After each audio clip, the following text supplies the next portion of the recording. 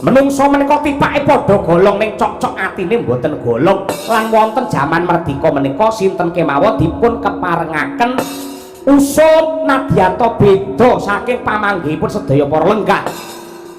Pramila dipun tepangaken kula Narendra Cedi nami kula pun Sri Subala. Meratelaken kula mboten cocok, kula mboten condong, kula mboten rumaja menawi Prabu Puntadewa dados Ratu Agung, Ratu Mahadiraja, ya Ratu Srampat. Samprat. Ratu Samprat. Saya Kresna dados Pamong Agung menika saya mboten cocok. Ratu sing lunyu lambene, ratu sing jajah negara Giribajra tanpa ngguang layang panantang, nakluk-naklukake mungsuh kanthi srana ngelmu sihir. Kula mboten cocok, kula mboten sarujuk. Yen sing lenggahe sing anake wisudan nganake sesaji, kraton iki kula obong dadi amu. Karepmu arep piye? Karepmu arep piye? Aku wis tobat. Hamsa Dimbaka kabeh wis njaluk ngapura. Kowe arep ngobong rasane Pandhawa. Kowe arep gawe sisik melik dadakan perkara kanggo mecah kerukunane panunggale bangsa-bangsa. Kowe iblis kowe, iblis kowe.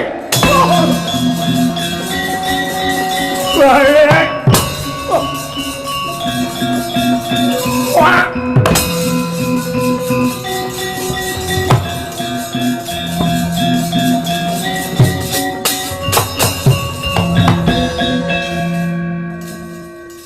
Iso ora dadi wong alus. Aku sing kaya ngene wae iso. Cari kowe tobat. Hai nji. Jo aneh-aneh jo neko-neko. Lek kowe nganti mateni karo Sri Supala. Dosa mung gendong ati mudan. Inggih ngapunten. Nuwun pamit. Areli badhe subuhan. Surya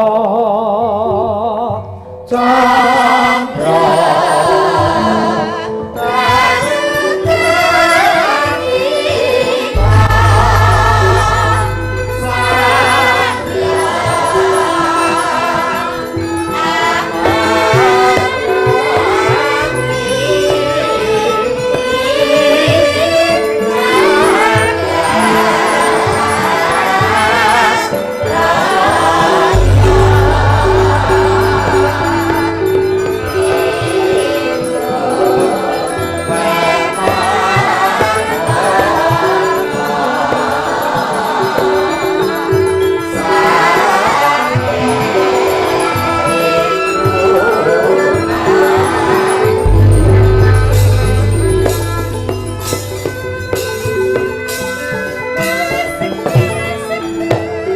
kadangipun Kakang Yayi Puntadewa.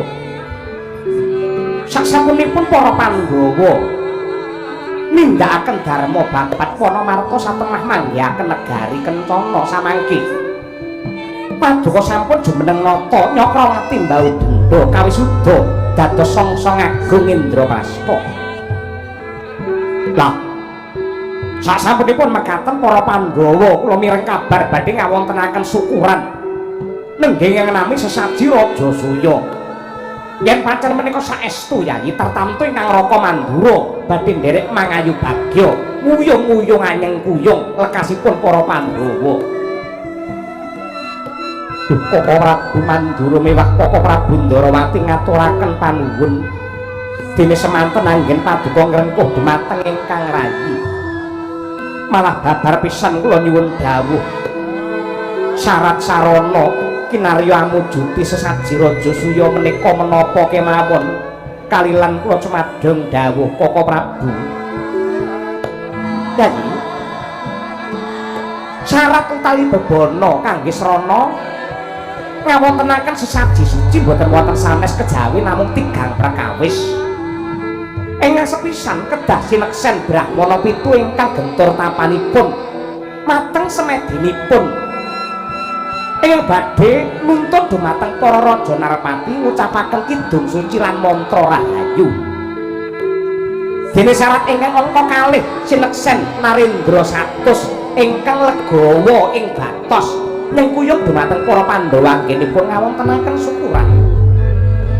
Dene syarat ingkang angka 3 mboten wonten sanes kejawi namung sesaji kurban. Tegesipun ngurbanaken Ratu Hambek Angkara Murka kangge jangkeping sesaji Raja Suya Yayi.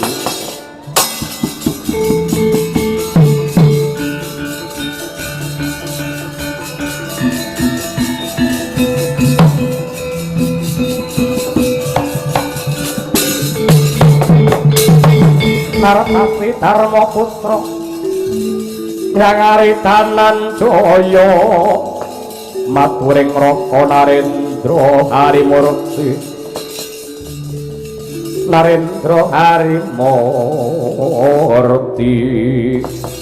Duh Koko Prabu Jimat sesembahan kula guragapan raos sing manah kula kadi kadodhok jantung kula saksampunipun paduka paring dawuh magepokan syarating sesaji menawi syarat ingkang angka setunggalan kalih Brahmana 7 lan Ratu 100 kula condong miwah rumaja nanging menawi kedah mawi pangorbanan mejahi dumateng Narendra Angkara Murka mboten kemawon Koko Prabu kula sampun sumpah kaliyan para kadang rumiyin babat alas kemawon mboten nyikara dumateng para satuwana ing menapa ngawontenaken syukuran dadak ancik-ancik bangkinipun liyan Koko Prabu.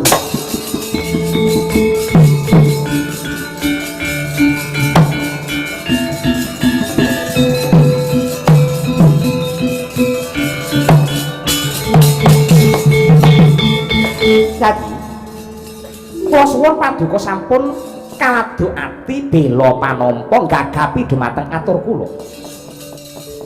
Tumbal sesaji nenggih nyernakaken Narendra Angkara Murka menika jembar tebanipun kedah dipun waca kanthi jiwa katresnan lan kawicaksanan. Tegesipun ingkang dipun sirnakaken menika sanes menungsanipun. Ingkang dipun pejahi menika sanes blegeripun nanging hambekipun ingkang Angkara Murka kala wau ya.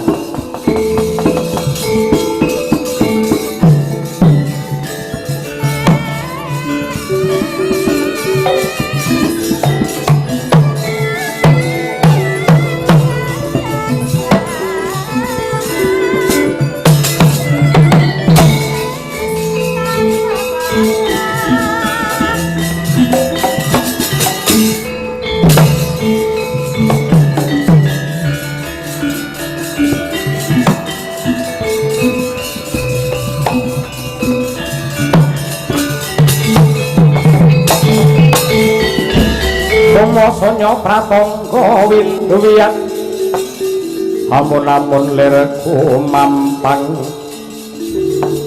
maletik mancala nuwun sewu amit pasang Kalimantabi tinebening tulak manuk dumawing tawang tuwang hidup nyuwun pangapunten menawi sowan kula ganggu damel ing sami sabet jagong wonten setinggil negari Ngamarta mriki. Dipun tepangaken kula menika Narendra saking Arga Bentar, jejuluk kula Prun Hamsa. Kula menika andhanipun sesembahan kula Narendra Giri Bajra Prabu Jara Sandhu. Sowan wonten negari Ngamarta namung badhe nyuwun ngampil wontenipun jimat Jamus Kaliwasada kangge srana usadanipun negari Giri Bajra ing ngeri palungguhan samangke nedeng ke Taman Pagebluk. Pramila kula nyuwun kanthi sanget mugi keparenga Sinuwun Prabu Puntadewa maringaken ngampilaken Kaliwasada dhumateng kula. Nanging menawi ngantos mbeguguk utawaton gajah lar singa barong bondan tanpa ratu. Paduka mboten ngampilaken lan mboten maringaken Kaliwasada. Kula sowan mriki sampun pinaringan Purbawasisa dening sesembahan kula. Ora nganti kenthong suba Ngamarta rata padha bumi.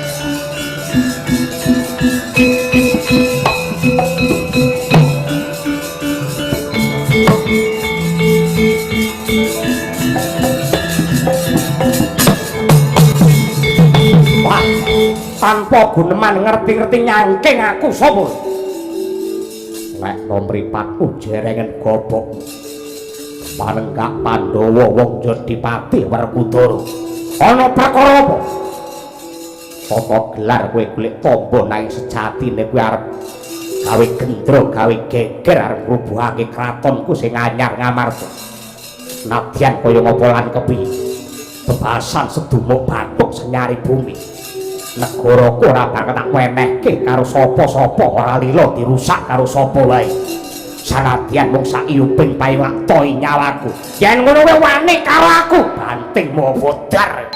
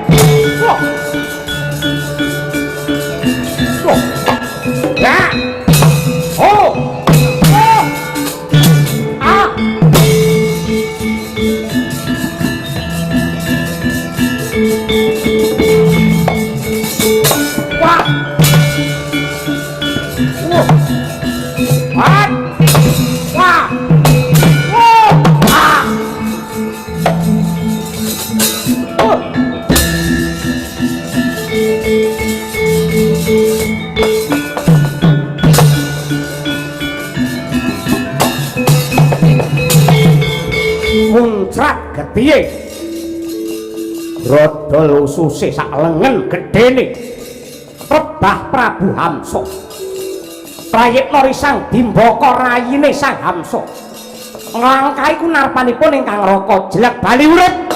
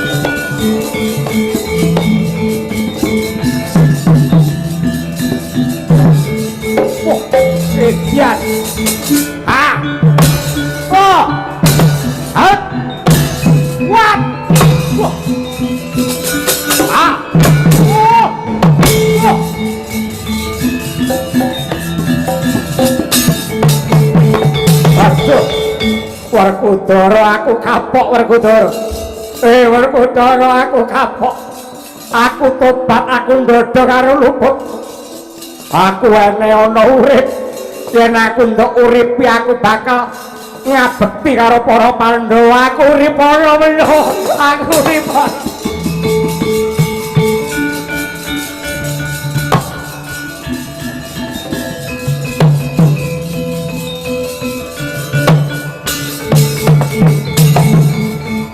Yayi Werkudara.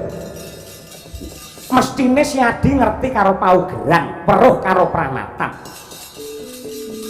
Sakjroning peperangan jiwa satriya kuwi sirikane ora bakal neruske anggene perang lamun to mungsuh wis ceblok saka kreta.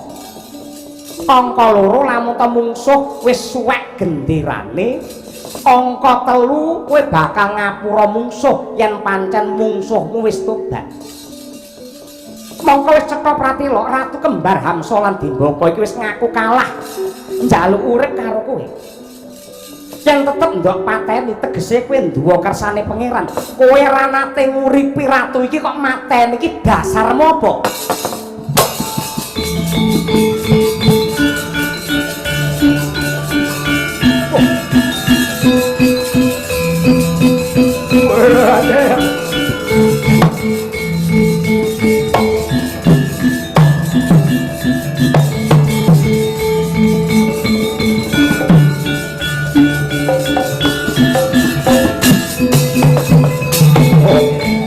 Raden Werkudara ngaturaken panuwun dene paduka kepareng dados lantaran anggen kula nyambung urip menawi kala wau paduka sampun mejahi dumateng kula lan adi kula tan wurunga anggen kula mati gendong dosa ingkang kathah Raden.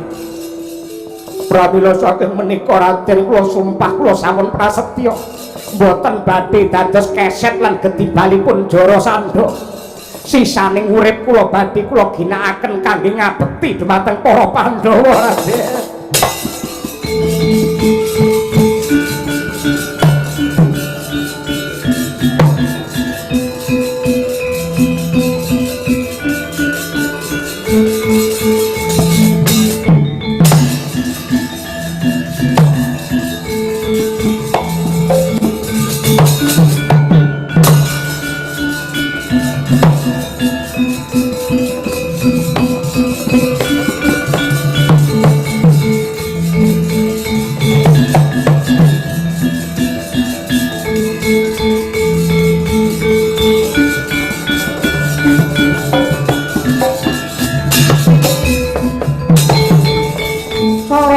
Pandam sumuluk hamadangi jroning pasarean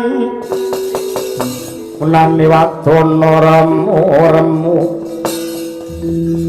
kalingan ngangrangan sang dyah manahan kung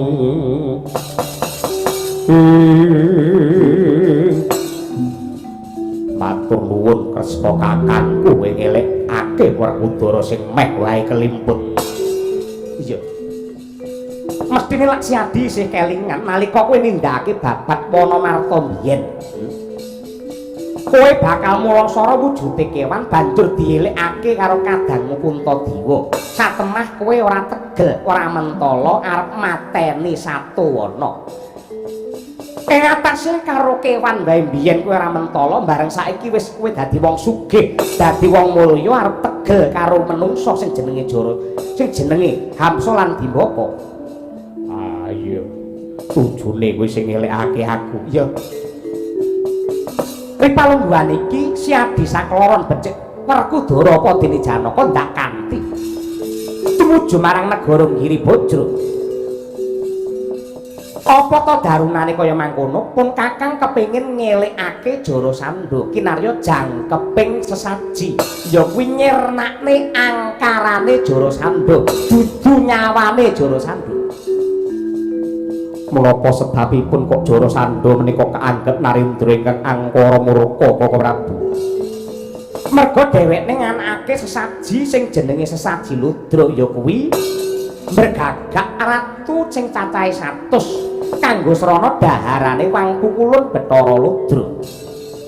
Ripalungguhan iki anggene ngrangket anggone Banda Ratu wis antuk 97 kurang 3 sing dikarepake Jarasandha nggih jangkepe ya kuwi Ratu Ngamarta, Ndarawati lan Mandura. Yen ngono kejem tenan Jarasandha, mula kudu dielekke. Ayo lumaku alon-alon. Krembyaing tangan jangkaing suku kedaling lisan kabeh kudu diseramakake supaya antuk pepayung saka Hyang Agung ya Ki.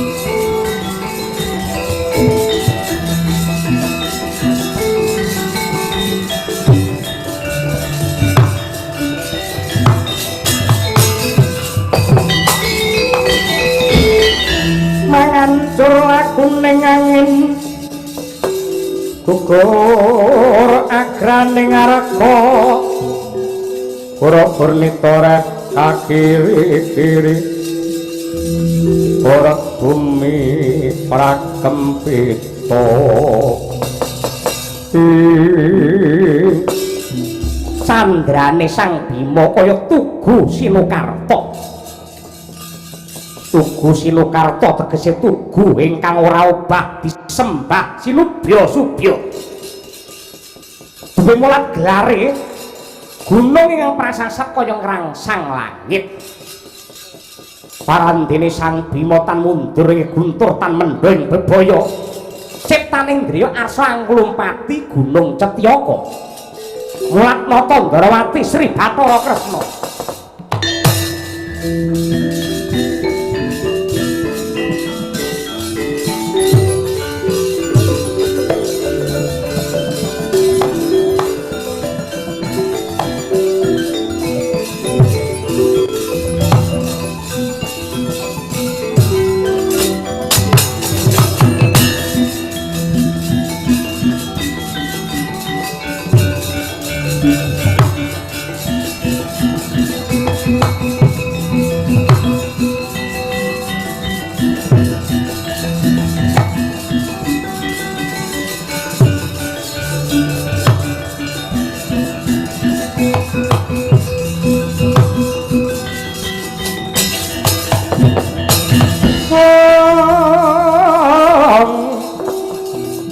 Tatkala Narada Kresna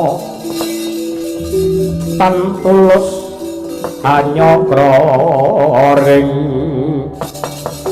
sing kowe arep ngopo Werkudara kowe mingkira arep tak langkai gunung iki Siadi apa ngerti iki gunung apa ora mudeng yen Siadi nglumpati gunung iki Siadi bakale konangan karo mungsuh merga gunung iki jenenge Gunung Cetyaka tapel wates negara Giribajra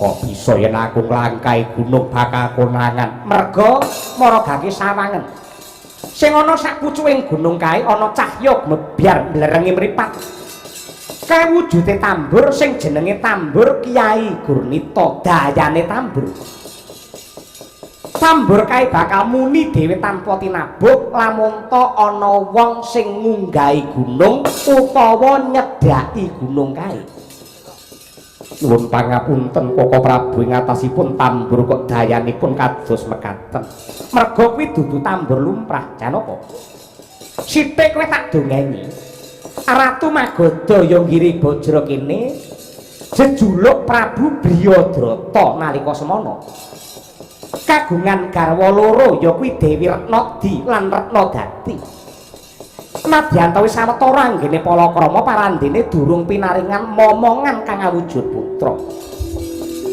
banjur Prabu Briyadrata semedi ana tepining Bengawan Bagiratri meminta marang pengasih Hyang Agung lah ana Jawata tumurun nggawa nugraha wujude pelem pertangga jiwa sing dayane pelem lamun ta pelem ki mau didhahar dening garwane garwane Briyadrata tan wurunga bakale garwa kuwi mau bakal ngrebini gandeng garwane Prabu Briyadrata ki ana loro Retnadi lan Retnadati mula men adil pelem mau disigar diparo dadi loro didhahar dening Retnadi lan Retnadati elok ing kahanan bojo loro kuwi mau mbobot bebarengan Wasana gawe kaget merga laire jabang bayi kakung nanging wujude separo-separo.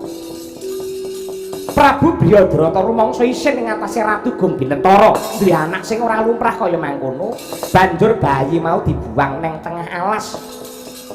Ditemu karo wewe sing jenenge Nyai Jara.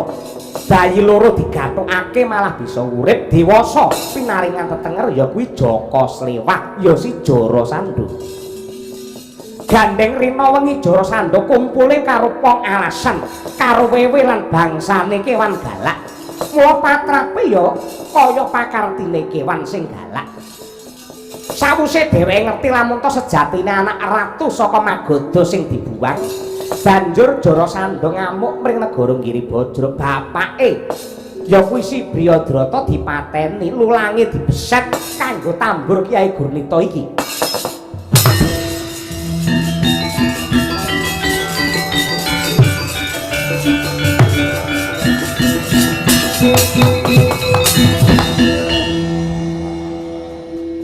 yen ngono kejem tenan Jara Sandha dudu pakartine menungso iblis. Pancen kaya mengkono, mula patut lamun to sipate disampurnake lumantar sesaji Rajasuya. Janaka Wonten dawuh. mara gage lepasana jemparing, sampurnakna tambur kae.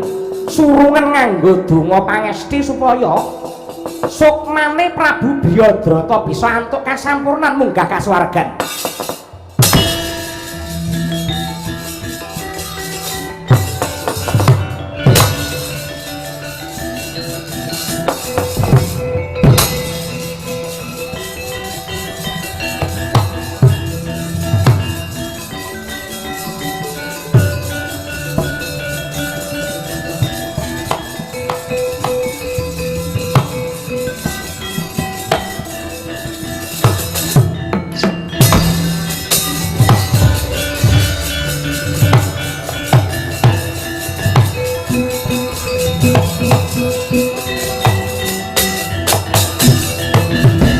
Raden, banget aku ngaturake panuwun dene panjenenganmu sing nyampurnake kelawan sukmane Briyadrata. Sadurunge aku munggah ana ing kamulyan aku titip oleh tuntunan anakku Jara Sandha supaya ngerti karo agama.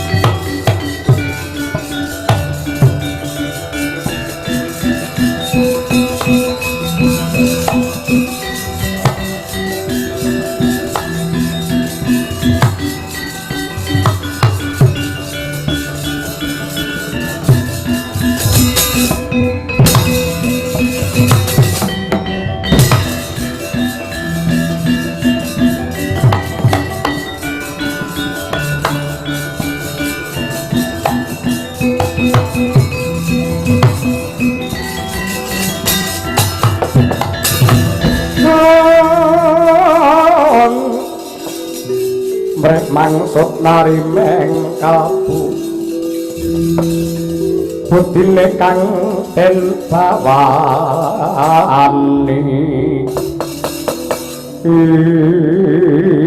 waladala babar pisan aku ora nduga mono lah kok iki wong jaban rangkah mlebu ana ing negaraku munggah ana ing pendopo Osik wong telu kowe iki sapa Prabu Jarasandha aja kaget diwanungake aku Nata Ndarawati Sri Bathara Kresna sing gedhe dhuwur ki adiku Werkudara sing luruh kuwi Janaka mestine nadyan tata gelar kowe ora nggumun ning batinmu mesti kaget kenapa kok Ratu Ndarawati isih urip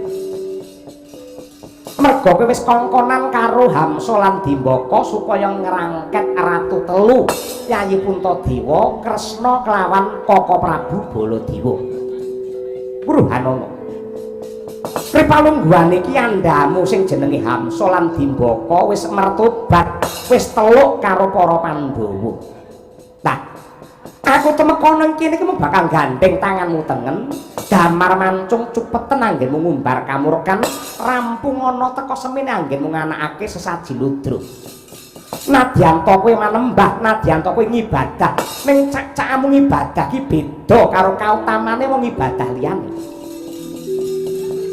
nanging menungsa urip ana jagat rame iki duwe hak lan duwe kamardikan nemtokake kapitayan jumbuh karo angen-angene sing ndak percaya lan tak anggap pangeran ingkang wis moyake Jarasandha ora ana liya kejaba Bathara Kala kowe arep nyembah Bathara Kala monggo ning lemu nyembah aja ngrugekke makhluk liya yen kowe bakal mateni ratus-atus kanggo daharane Bathara Ludra ngono kuwi ngrugekke wong liya mongko sing jenenge agama ki surasane intine ora ana liya kejaba bareng-bareng padha golek wilujeng lan golek rahayu parandene kowe gawe kapitunaning liyan cetha lamun agama kapercayan sing ndok gila ki agamane iblis wah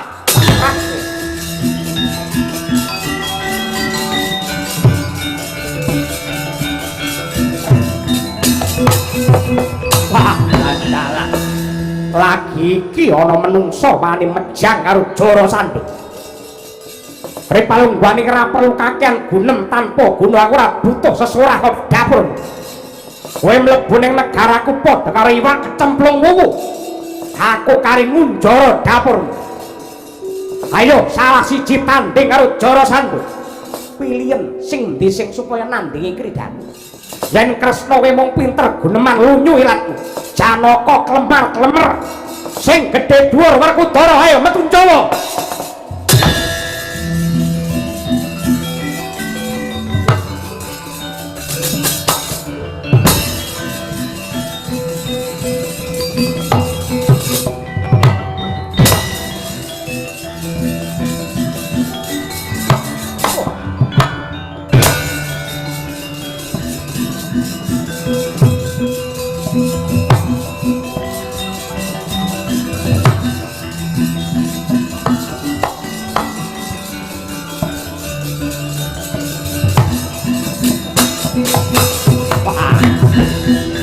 apa wis sawiga ing gati siyaga ing diri kabeh samubarang wis apa pancen kok wis rumanti anggenmu tanding karo Jarasandha Werkudara kowe ora krungu kondange Jarasandha ratu kejem aku ratu wengis yen mung sak diapurmu ora gondro sepira kowe Wah!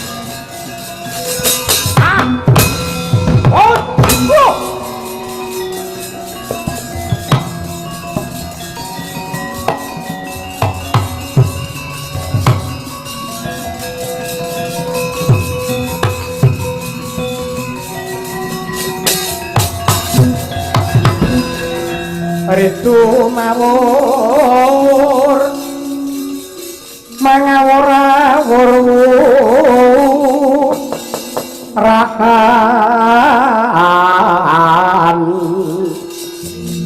tengaraning jure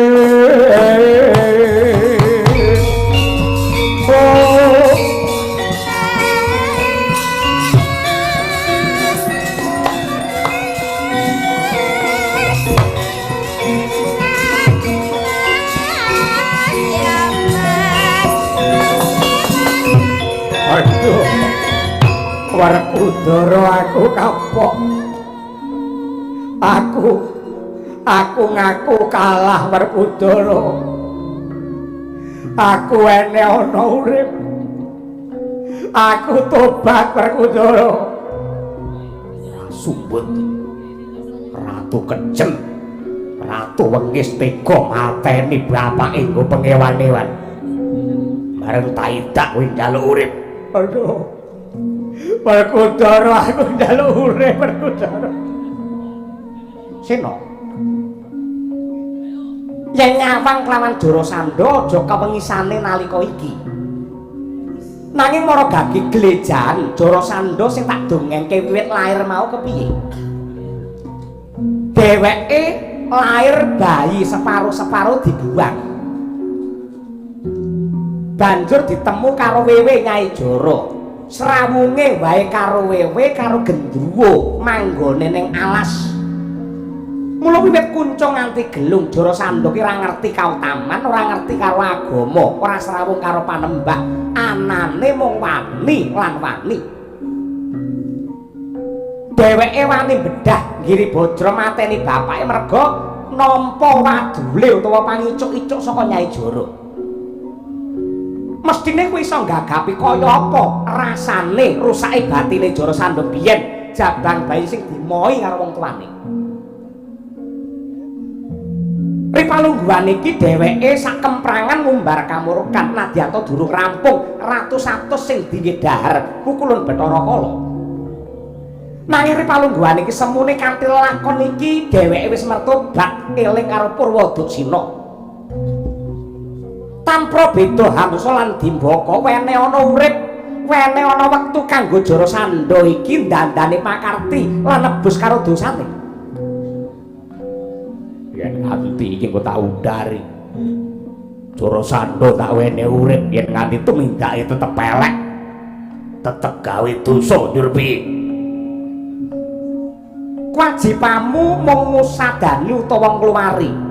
Ngelekke karo Jarasandha yen kena ewadine ora kuwi wis dudu perkaramu. Perkara bubar iki Jarasandha dadi wong elek utawa apik gugur kewajibanmu merga wis ngelekake marang kamurkane Jarasandha.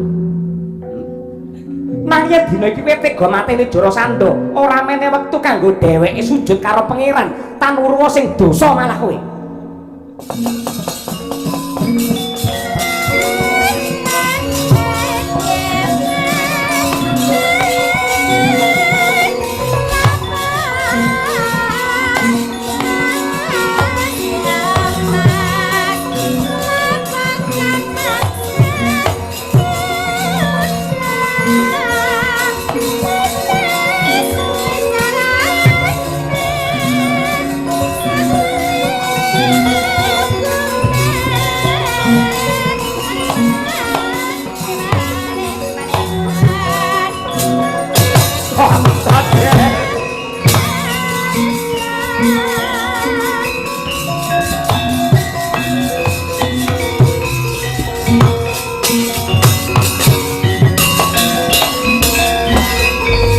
Sikrakala kang tuminga acampuk samya matali lir tatit wileting kota kahyang kunguncang niti menjang sangat simi ijo waduh Raden nembe menika kula mangertos satriya ingkang hambekipun tulus lan suci kadijengan ndika Raden Bima.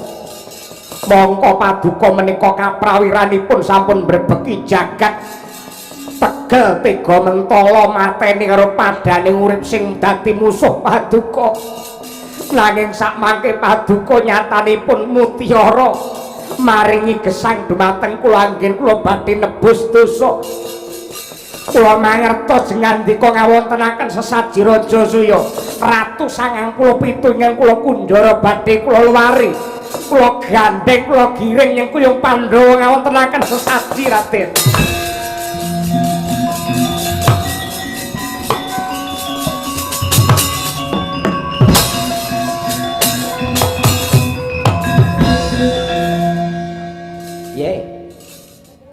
Jajal marem ora ngono kuwi.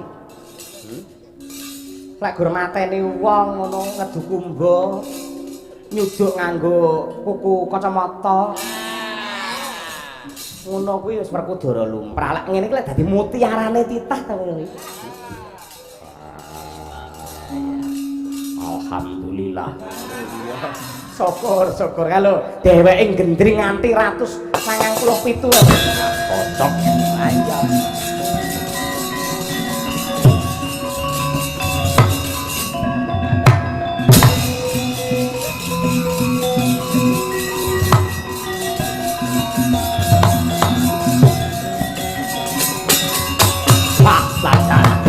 Iblis lanang nadyanto sesembahku Prabu Jara Sanduk Hamsa lan Dimbaka kabeh teluk karo Pandhawa ning aku rasudi merga sing tak ancam tak incim ora ana liya nata Ndarawati Kresna kudu kokop getihe.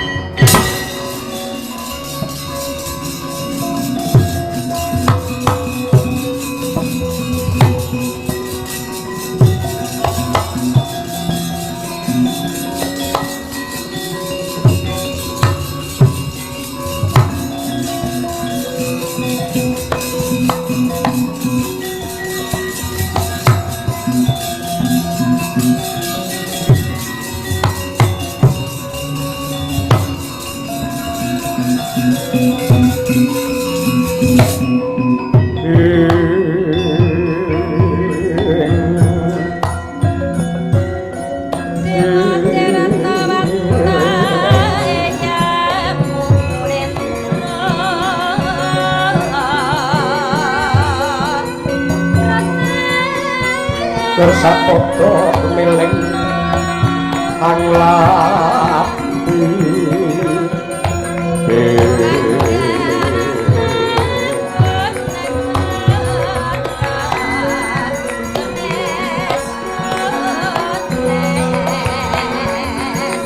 terus ditomek demindah katwani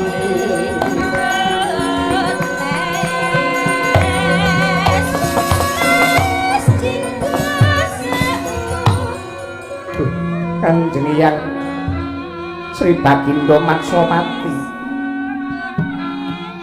atur weninga sedaya sarat sarana sesaji sampun rumanti mboten wonten ingkang cicit pramila saking menika kula suwun Eyang Wirata nglarapaken lampahing upacara menika ya waladala iya Puntadewa ya ora liwat aku bakal nindakake aturmu iki sejarah gedhe tumrape jagat ketitik nadyanto kowe iki ratu anyar jenengku yo kelawan para Pandhawa Nata Ndarawati lan Mandura parandene wis bisa ngrukunake ratu pirang-pirang sing cacahe ora kurang saka 100 lantarane ya kuwi nganakake sesaji agung sesaji Raja Suya mula jeneng sira tak anggep pepundhuling para ratu tetungguling para narendra ratu agung ya ratu samrat ya Mahadiraja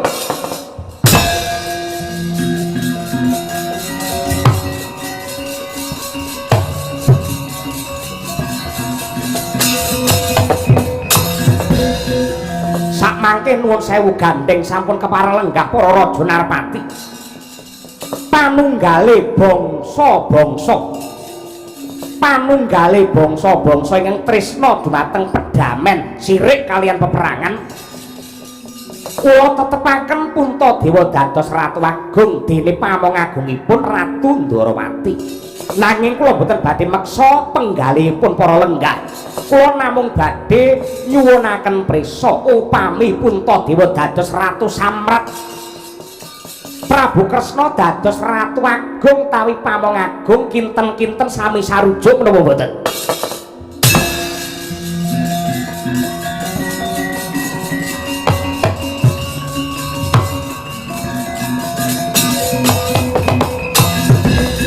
Mangkono para narendra ingkang mara sibuk kawis tinggal jawil jinawil klesik kumalesik satemah dadya gayeng gumarenggeng kawis tinggal mantuk-mantuk minangka tandha sarujuk nyengkuyung Sri Puntadewa dados Ratu Sramprat nata Ndrawati dados Pamong Agung nanging ana ratu ingkang tilaring tata krami drajak-drajak Sri Supawa.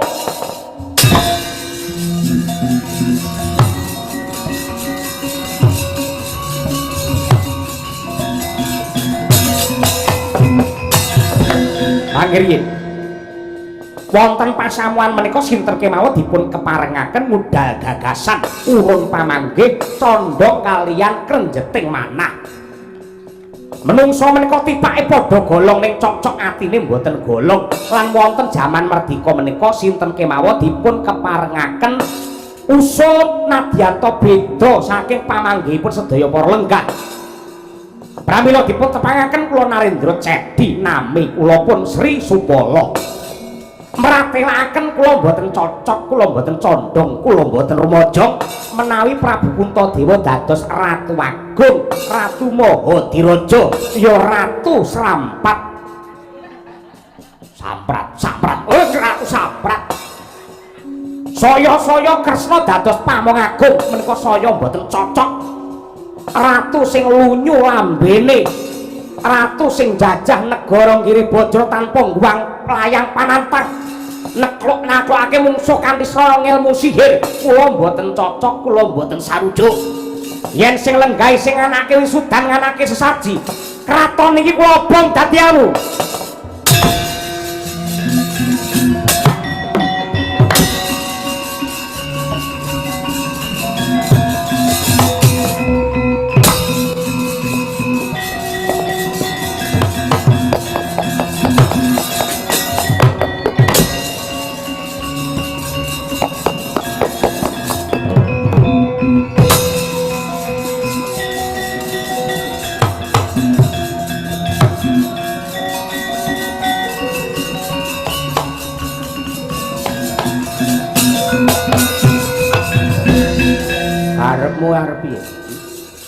Karepmu arep piye? Aku wis tobat. Hamsa Dimbaka kabeh wis njaluk ngapura. Kowe arep ngobong rasane Pandhawa. Kowe arep gawe sisik melik dadakan perkara kanggo mecah kerukunane panunggale bangsa-bangsa. Kowe iblis kowe, iblis.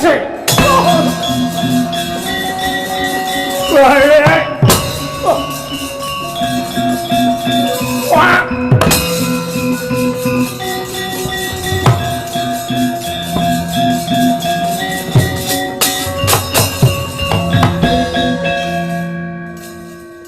Iso ora dadi wong alus. Aku sing kaya ngene wae iso. Cari kowe tobat. Hai nji. Jo aneh-aneh jo neko-neko. Lek kowe nganti mateni karo Sri Supala. Dosa mung gendong ati mudan. Inggih ngapunten. Nuwun pamit. Areli badhe subuhan.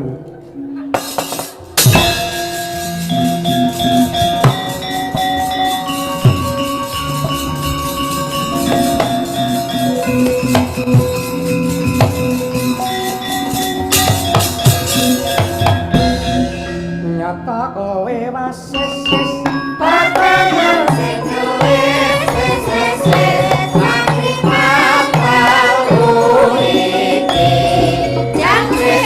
Swawi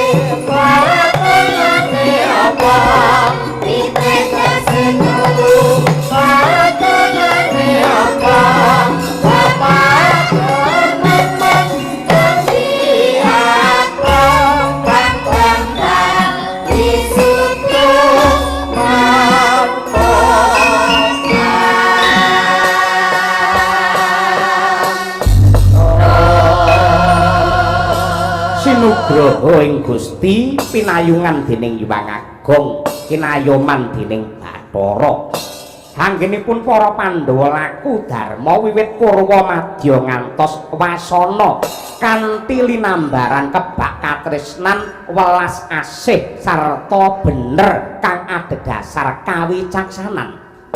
Ya merga saka pangrungkuh lan dongane Dipol. Nggih, kula namung nyurung kemawon kok, Gus. Sakmangke Pandhawa sampun paripurna anggenipun ngawontenaken syukuran. Syukuranipun para Pandhawa lan warga ing negari Ngamarta utawi ing Wanamarta utawi ing Wanakrama mriki. Mugi-mugi pikantuk berkahing Gusti ingkang nyipta jagat tanpa benten para keluarga ingkang kepareng nglestantunaken ngopeni nguri-uri dumateng kebun binatang ing Surabaya mriki.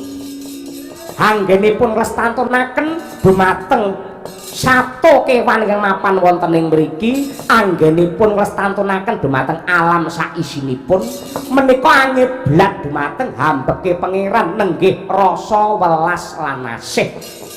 Mugi-mugi sedaya tansah pinardawa ing kamulyan sembada kang jinangka rahayu kang tinemu Basuki kang KSD kanthi pandonga lestarikan budaya dan konservasi menjadi KBS tangguh di Surabaya.